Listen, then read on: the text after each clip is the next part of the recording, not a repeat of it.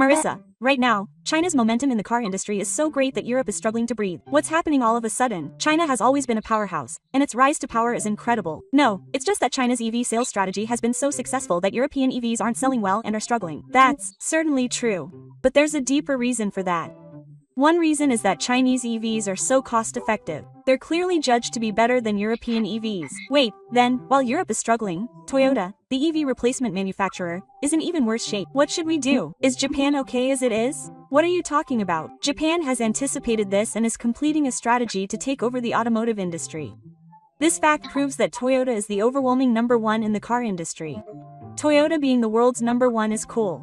I'd like to know more about that. Please explain it to me. So this time, I'll explain the EV quagmire between Europe and China and Toyota's strongest sales strategy. If you watch this video, you'll understand just how amazing Toyota, the world's number one, is. Please watch until the end. First of all, the EV market is now densely populated by Europe, China, and the US. And then there's the South Korean tax. Japan isn't included, huh? I'm still worried about the future. Well, I'll explain that in more detail later. First, let's explain the sales power of each. If you know this, you'll understand why Europe is struggling against China. And it will also lead to Toyota's new strategy, so please be careful. First, the world's best-selling EV manufacturer is Tesla. Sales in 2022 were approximately 1.31 million units, accounting for 18.2% of the market. Tesla is definitely EV only. Next is the Volkswagen Group, I think. Unfortunately, Volkswagen is in 4th place. Huh? Really? I can't think of any manufacturer in 23rd place. Did you forget the previous video? Look, it's that Chinese manufacturer that's ranked high in the EV market. Huh? BYD has already pulled ahead of Europe's tax? That's right. BYD has moved into 2nd place. Sales volume is also doing well at around 910,000 units. In 3rd place is a reporter from Shanghai, China. This manufacturer is also selling well at around 670,000 units. If you add in the total for Chinese taxes, it would surpass Tesla and be number 1. This is an unprecedented event. By the way, how many units has Volkswagen sold? Unfortunately, it's only around 570,000 units, which is not even close to China. The momentum of this Chinese tax and Volkswagen's sluggish EV sales are causing chaos in the European EV market. Is that so? Oh, as I mentioned in the previous BYD video, Chinese taxes are now a global strategy. And they made a foray into Europe, the home of automobiles, and surprisingly, they were warmly welcomed by the Europeans. Huh? Why is it that in Japan they're treated like air? EV sales have been booming in Europe since the beginning of this year. So Volkswagen is not selling as many EVs as they thought. It's true that they didn't make a big fuss about EVs last year. That's right. That's why Volkswagen, in an emergency, is in a panic, postponing the release of its new EV from this summer to winter, and laying off 20% of its contract employees because it will have to deal with excess key personnel if it can't produce. Volkswagen has invested 257 billion yen in EV production, so it's desperately trying to recoup its investment. And the reason Volkswagen isn't selling is because of the Chinese tax. That's right. The sales ratio of electric vehicles in Europe as a whole in 2022 was about 2.59 million units, of which 300,000 were due to the Chinese tax. I see. So they're losing a significant share. That's right. The Chinese tax hasn't stopped this year either, and of the 6.2 million EVs sold worldwide from January to June, 3.4 million were from Chinese manufacturers. The reality is that Europe switched to EVs in order to attract temporary workers, but is now losing to China. They were smug about it just a few years ago, but now they're sober. It's hilarious. But in Europe, they still only have about 20% of the market share. It's true that the Volkswagen Group is the top seller in the EV market in Europe. But isn't China the biggest customer for European manufacturers right now? They've been doing a lot of business in China, but now that China is making EVs overseas, they can no longer make a profit there. I see. So it's not just Europe that's losing its sights, but also its profits have been eroded by Chinese companies. That's right. Because of this, a morass of war has begun between Chinese and European companies for the survival of their businesses. If it's a battle of domestic and international standards, they probably won't lose to China in terms of technology. But when it comes to EVs, it's unclear what will happen. EVs are a completely new field, so existing technologies won't work. In that case, they have no choice but to fight China. Europe has thrown away the engines and technology that were their weapons up until now. They probably thought that if they could just crush Toyota, it would be their downfall. But unfortunately, they lost to an unknown Chinese manufacturer. Wang Zhou-san said, "I'm sorry, but they banned domestic and international standards by 2035, so there's no going back now." The UK is also saying 2030. However, Tesla and China have already taken over 70% of the EV market share. The only way to break this is to invent a new EV. As usual, The only way is to change the rules. They should have just kept quiet and tried their best within the year. But what on earth are the Europeans trying to do when they are cutting off their own necks? First of all, why are European taxes being pushed aside by Chinese taxes, leaving Tesla aside? In fact, Chinese EVs, led by BYD, are cheaper and have better performance than European EVs. Chinese performance is better? Really? For example, the small EV Hayo announced by BYD this year starts at 73,800 yuan in China. That's about 1.47 million yen in Japanese yen. What's with that low price? It's not even worth the price. But isn't the problem with the range? No. It's equipped with a 38.99 kilowatts battery and has a range of 405 kilometers, which would surprise even its rivals. It is expected to be sold for around 20,000 euros in Europe. It would be around 3.1 million yen in Japanese yen. With a range of over 400 kilometers and a price tag of around 3 million yen, it's extremely cheap. Doesn't this mean there are no rivals? That's right. They can't compete with China in terms of price. Incidentally, the lowest priced EV in Europe is the compact SUV Spring sold by Dacia, which is part of Renault. It's also sold for 20,000 euros, or 3.56 million yen for two. So it's quite cheap. That means BYD's EV is even cheaper. Furthermore, its maximum range is 230 kilometers, so its specs are not even close to the Sea King. Furthermore, this car is sold by a Chinese company. Even though it's Dacia, it's manufactured in China. The European EV market is essentially being invaded by China. I see. They plan to dominate the EV market, but without realizing it, they're being dominated by China. What they're doing is stupid. That's right. It's not just Dacia. Volkswagen is actually in cahoots with China. Volkswagen already has 3 joint ventures with Chinese companies.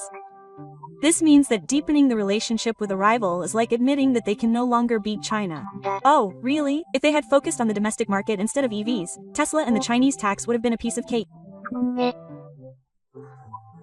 Why is the European tax shifting to EVs? They have such good technology in the domestic market. Of course, it's for the environment. I'd like to say that, but in reality, it's not. In fact, there was an opponent in Europe that they absolutely could not beat. They figured that in order to beat that opponent, they had no choice but to somehow change direction and win. I see. Which manufacturer was that opponent? Next, let's explain the circumstances that led to the shift to EVs and introduce this powerful opponent. First, let's explain the process that sparked the shift to EVs in Europe. Going back a little in time, Reimu, do you know about a certain automobile incident that came to light in 2015? Huh? I don't know. What kind of incident was it? Volkswagen was cheating on diesel's high gas tests in order to meet the high gas regulations. And the cheating was done by America, the all-powerful country. America was also furious and it became a big problem. I think the Volkswagen brand would sell even if they lowered the specs a bit and made it more suitable for the market. But, unfortunately, in America, a major automobile country, Volkswagen is a minor car. Really? I thought they would be famous in America too, since they are a manufacturer competing for the top spot in the world. Unfortunately, it seems like they are just a bit of a flop in America. They are quite a minority. So in order to increase their sales in America, they wanted to show off their cars with good specs, even if it meant cheating a bit. At the time, they were doing well in their home country of Europe. The Asian market centered on China, and even in South America. The only market they were struggling in was North America. I see.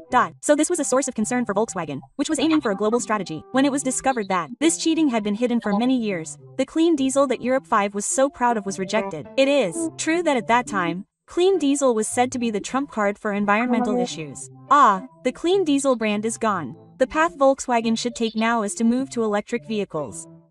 But Toyota's Prius reigns supreme as a rival to clean diesel.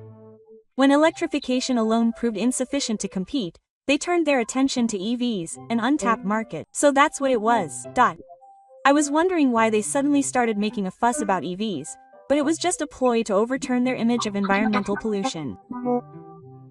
They really want to show the world that they are tackling environmental issues.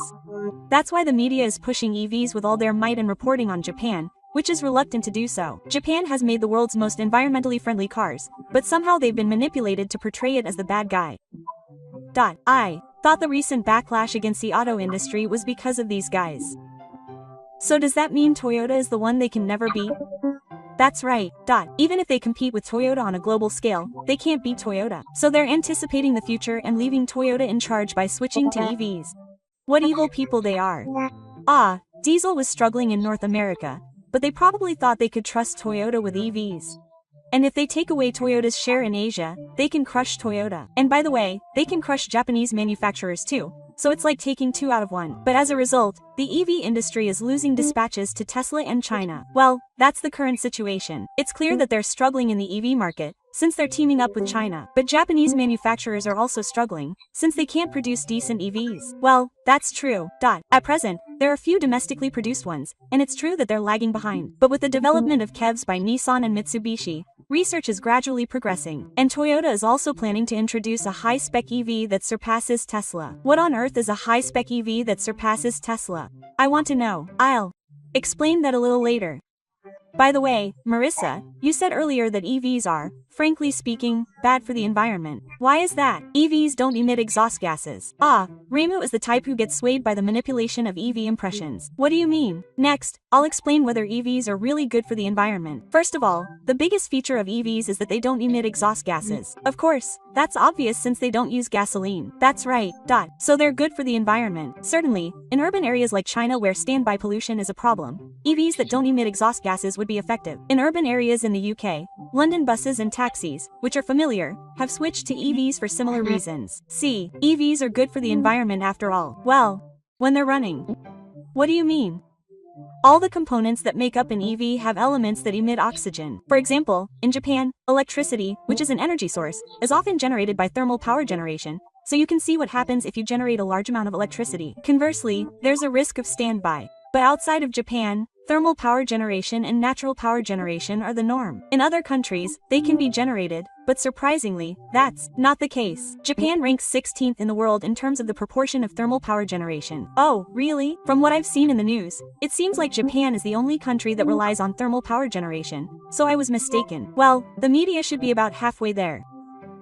Various countries, including the Middle East, Southeast Asia, South America, and Australia, are using thermal power generation heavily. Decarbonization is impossible unless this current situation is resolved. That's right. I thought EVs were a good thing without knowing anything about it. And it's not just about electricity generation. EVs also emit a large amount of CO2 during production. Huh? Is that so? EVs are the same car, so there's not much difference, right? EVs use electricity during production. So, as I said earlier, using electricity is bad for the environment. For example, it was reported that the ID.3 manufactured by Volkswagen emits a large amount of CO2 during production compared to diesel vehicles of the same brand. What a crazy manufacturer, emitting a lot of CO2 and then complaining to Japan. And after driving 200,000 kilometers from production, the amount of CO2 emitted will be twice that of a diesel vehicle.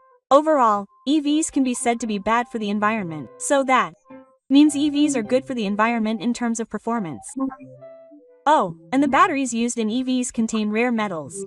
Dicarbon dioxide is also produced when rare metals are mined and refined. So they are bad for the environment even before they are manufactured. And there are problems when they are disposed of. Batteries contain substances such as cobalt and nickel that can lead to soil and environmental pollution. If they are simply disposed of, soil pollution is inevitable. We need to establish an appropriate recycling method. It is true that in China there seem to be graveyards of discarded and abandoned EVs. I don't want to do something that's bad for the environment. We just don't have the technology to recycle batteries properly. The current situation is that most of them are discarded, as is the case in China. On the other hand, gasoline-powered vehicles can be disassembled and their usable parts can be used for other purposes or recycled appropriately. In particular, Japan has the automobile recycling law, so it is one of the best environmentally friendly countries in the world. What do you mean? Every country is strict about the environment in Japan, but in the end they themselves pollute the environment by repeatedly discarding batteries. What they are doing is too much. It's so frustrating. That's what it is. The Europeans only care about winning.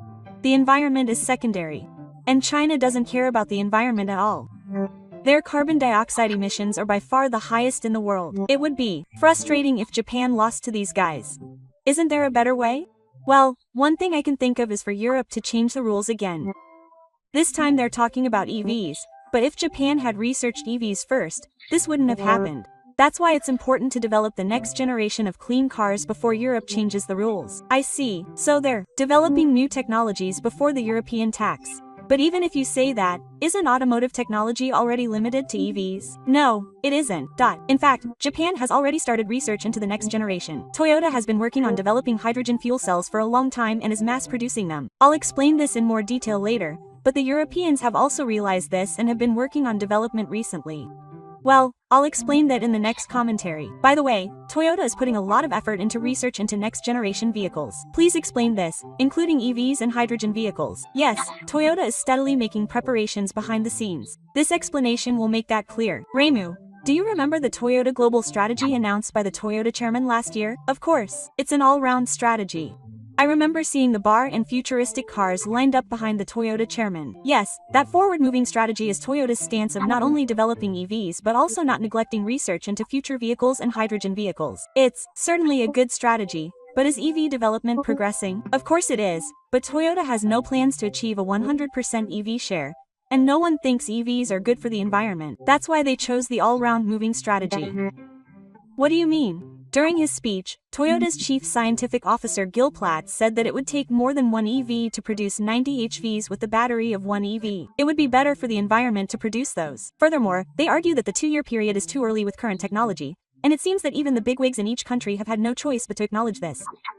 I see. Toyota is moving forward while considering both environmental safety and the creation of future cars. Yes, that's why they can't just rely on EVs for now. They're in a situation where they're maintaining their sales power with their already deficient HV technology while also focusing on developing EVs and hydrogen vehicles. But isn't their response to EVs really slow? As of now, they only have the BG4X and the compact C+D. What's more, their range and specs are mediocre compared to their rivals, and their price is similarly high. They'll just lose customers if they keep doing this. Okay, calm down. Toyota always studies their rivals thoroughly and introduces new models. Toyota has always been a latecomer, first serve model that has taken market share from its rivals. And in this EV market too. Even if you say that, they're not selling at all. It's true that the Toyota Group's global EV sales in the April to June 2023 period were 29,000 units. But once the EV battery currently under development is completed, the most powerful EV with an unprecedented range of over 1,000 kilometers will be available. Even Tesla and Mercedes have a maximum range of 1,000 kilometers, but isn't 700 kilometers the longest? Oh, and research into all-solid-state batteries is progressing steadily to surpass that. All-solid-state batteries.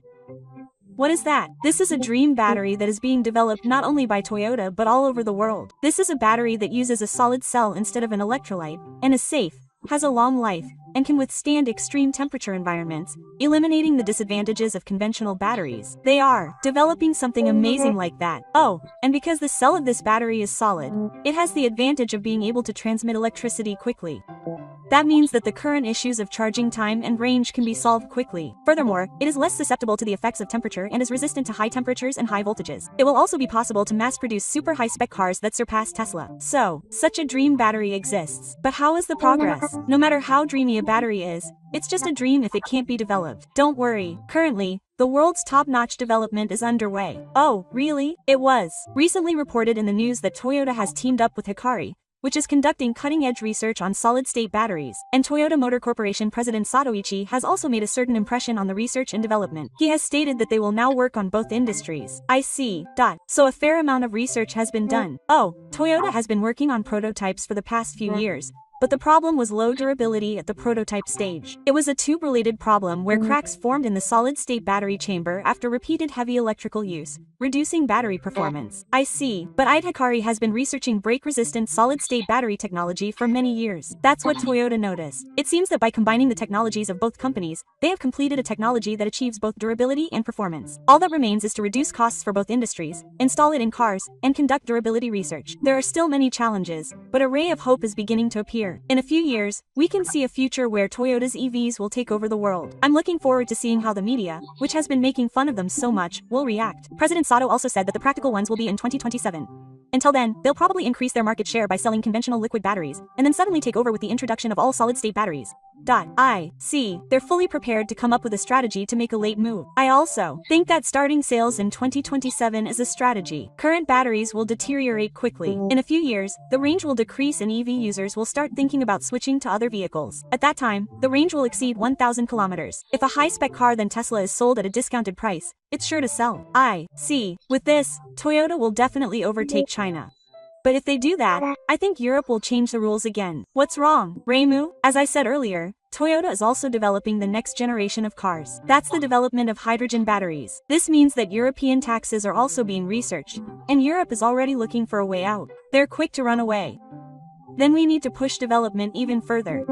don't worry, Reimu. Japan is setting the world on the path of hydrogen technology as well. Huh? Is that so? Astomuse, which operates a database, has published a ranking of hydrogen technology, and surprisingly, Japan is beating China and the US by a double score. Really? I thought Europe, which claims to be environmentally conscious, would be strong. Furthermore, Toyota is at the top of hydrogen technology. Others include Nissan, Japan, and Panasonic, and 100% of the top 20 are Japanese companies. In fact, there is no company that can compete with Japan in hydrogen technology. I see. So that's why Europe has fled to EVs rather than HVs or hydrogen vehicles. However, China's momentum is just too strong. It is also possible that there will be a shift to hydrogen vehicles in the future. In my personal opinion, Europe has been researching hydrogen vehicles for quite some time. In the future, there is a possibility that Europe and Japan will compete with Chinese technology. I see.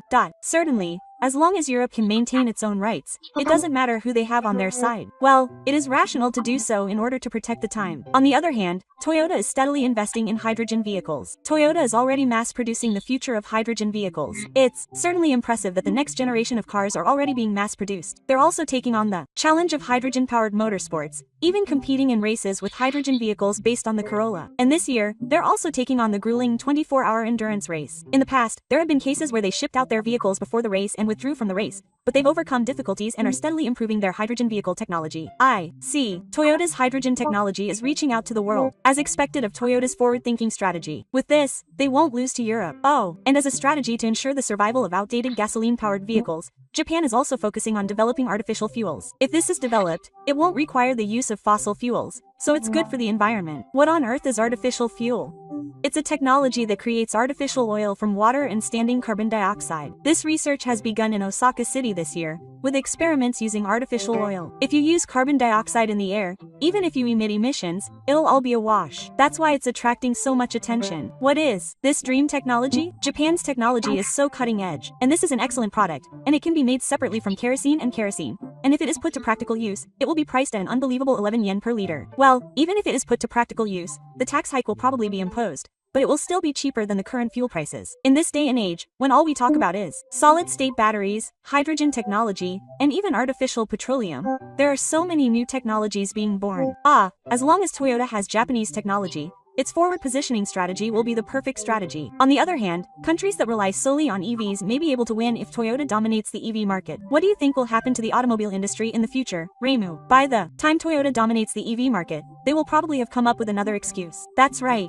And there's China. The troublesome entity in Europe is currently desperate to destroy China. Because of this, they don't realize that Toyota is steadily advancing its research. China is also being dragged along with Europe's half-hearted change of direction. As a fellow Asian, I find it a bit annoying. In addition, due to excessive production of EVs, demand is not matching production. Volkswagen has also over-revised its operating profit margin forecast for 2023.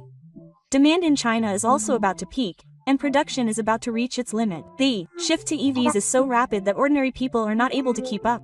That's why Toyota is not rushing the EV market, but is instead watching market trends and formulating sales plans. Toyota has finally started 24-hour production of batteries for EVs this year. This is where Toyota's turnaround should begin. But if Europe, which relies solely on EVs, continues like this, it will be crushed by China and Japan.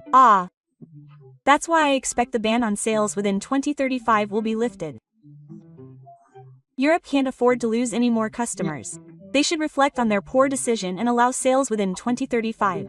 Japan has also been manipulated a lot in the past, so they can't tolerate this anymore. Well, since these are rules made by the incompetent EU bosses, European automakers are actually being manipulated to some extent. Really? Are the European aristocracy nothing but selfish idiots? Absolutely. What do they want by manipulating their own country? Besides, China has been working so hard to raise the status of EVs, so if Europe's selfishness makes EVs disappear, all the investments that China has made so far will be wasted. I don't like Europe's self-centered thinking. Well, now that Toyota has started its omnidirectional strategy, there's no escape. Well, the day may not be far off when cars themselves become environmentally harmful. So, let's wrap up. This time, I explained the current state of EVs in China and Europe, while also explaining Japan's response. What did you think? First of all, I can once again say that Toyota is the strongest company. No matter how much they are manipulated by Europe, their position as the world's top company will not be shaken. With Toyota's strategy and the scale of their investments, they will almost certainly not lose. Yeah, I can sense Toyota's determination not to lose in any field. Well, I don't know what kind of rule changes Europe will make in the future to manipulate China and Japan, but I want to see European teams lose and cry in Baizuyan, and I want other domestic manufacturers to do their best, not to be outdone by Toyota. That's all for today's commentary. And if you found this video interesting, please give it a thumbs up. Thanks to everyone's comments and thumbs up, I'm able to keep working hard on making videos. I'll continue to do my best to post videos that everyone can enjoy, so I'd be very happy if you could support me by subscribing to the channel. Thank you for watching until the end.